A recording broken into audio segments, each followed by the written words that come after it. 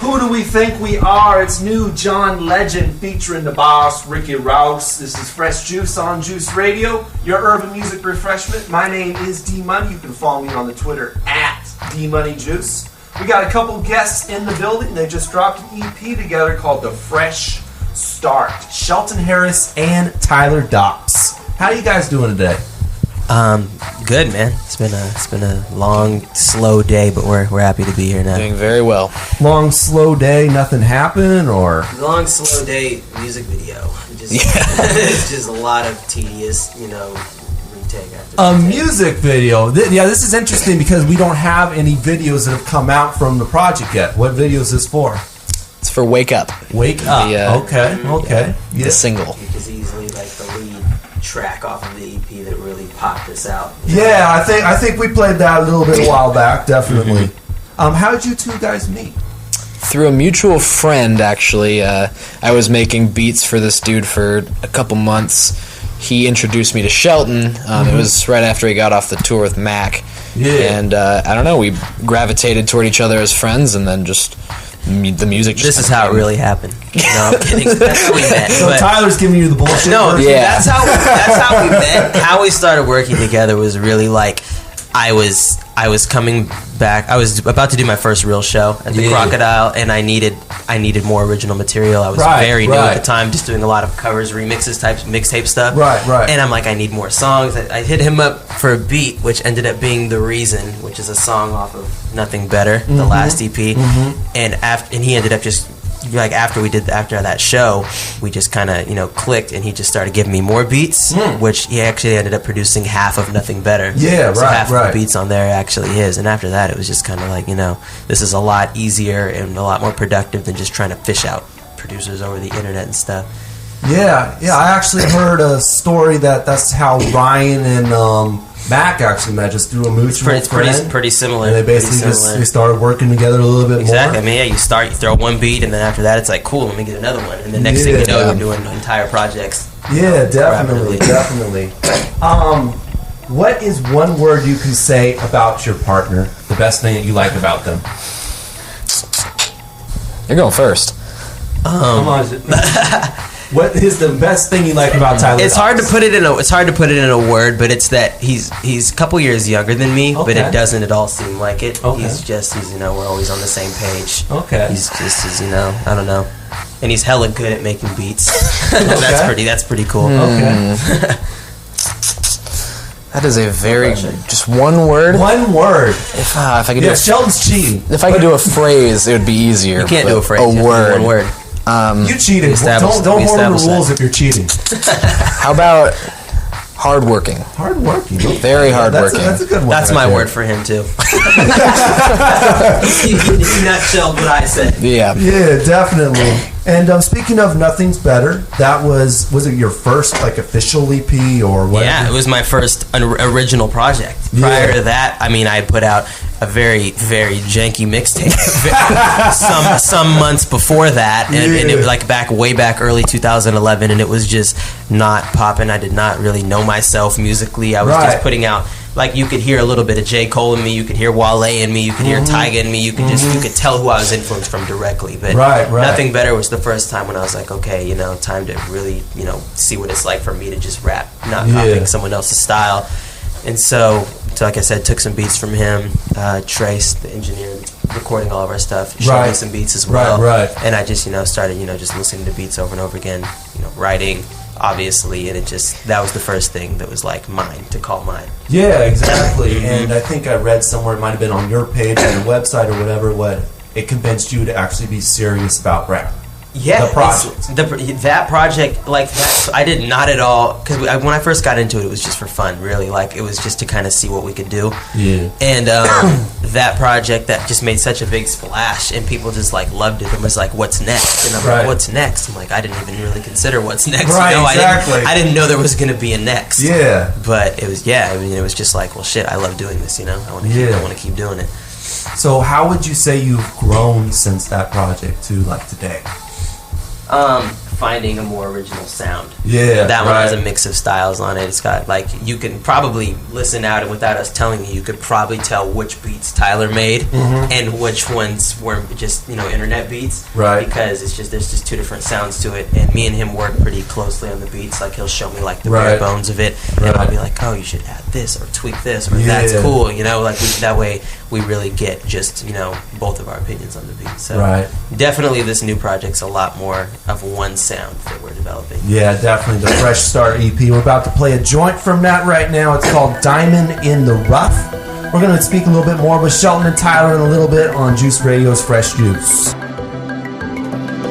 20 belly equal good and fat, so love isn't lost. I know exactly. Juice Radio's Fresh Juice online at GoJuiceRadio.com and with the TuneIn app wherever you need a ride. That's new Joe Budden Castles. He'll be at Numos on May 9th. We're still rocking with Shelton Harris and Tyler Dopps, and you guys actually got a couple of shows in the next couple of weekends at some colleges, right? We do.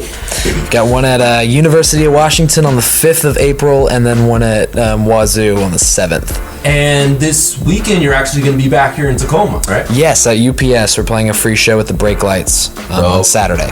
Yeah, definitely. Real hyped on that. That was like a last minute thing. I guess they were going to do it with some other artists, but they couldn't make it happen for whatever reason. The artist was got caught up or something. So hit me up. He's like, "Hey, I know it's short notice, but I'm from the Brake Lights. We'd love to have you on the show." And it was just like, I asked him, and he was just like, "I don't see why not."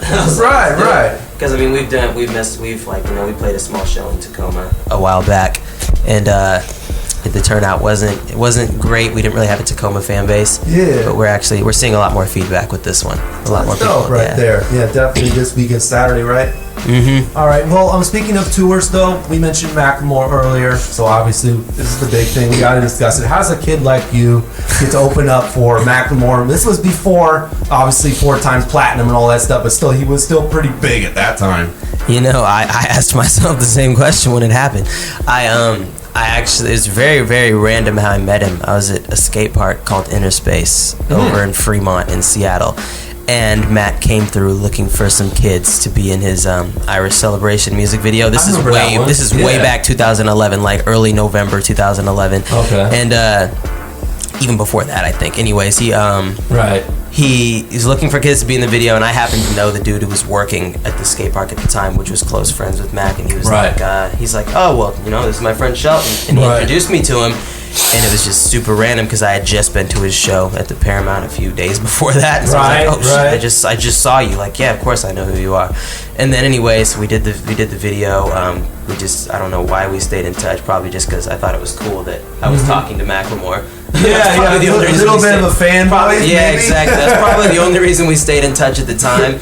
But out of nowhere, months after that, I was recording my first tracks or whatever, and I was like, you know what? I'm gonna email it to the guy because I was email from back then. Right. And I sent it to him, and it's like a song I have up on YouTube called "Can You Hear Me Now?" It's like a cover over a Pretty Lights beat, and he a week later, he actually replied. It was like, wow, this is dope. He's like, I see a lot of potential, just really short. But then 2 months after that, his girlfriend, who's his actual tour production manager, actually messaged me on Facebook and was just like, hi, we're interviewing for a position to kind of intern on a tour with us.